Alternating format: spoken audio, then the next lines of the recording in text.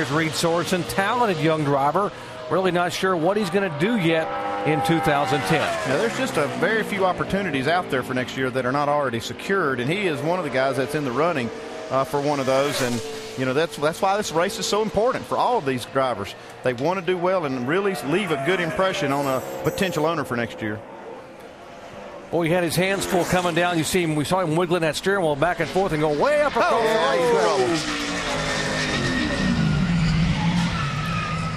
And just clipped the wall a little bit with the right rear. Great job, though. 195 on your first lap. Good save there. That is a good save because he could have really torn this car up. Now, he did make a little contact, but what he did after that was pretty stellar. Yeah.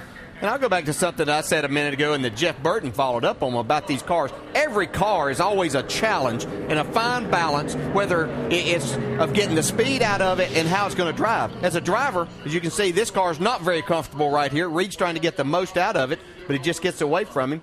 You always said, Andy, too, if you're up close to that wall, you won't hit it as hard, right? That's right. He just barely gets a piece of it and does a really good job to save it from there. Yeah, and so I wasn't saying that the car was bad or anything. It's just it's a different challenge for these guys to find what is that balance between going fast and the comfort level that you can get in the car. And a lot of these guys have found, we see Jimmy Johnson drive his car literally sideways at a lot of places, and so it makes it difficult. But finding that edge and what's going to make your car go better is what you have to look for. This is what happens when you go over the edge. How appropriate. It was always Richard Petty who drove the 43, said the closer to the wall you are, the easier you tap it.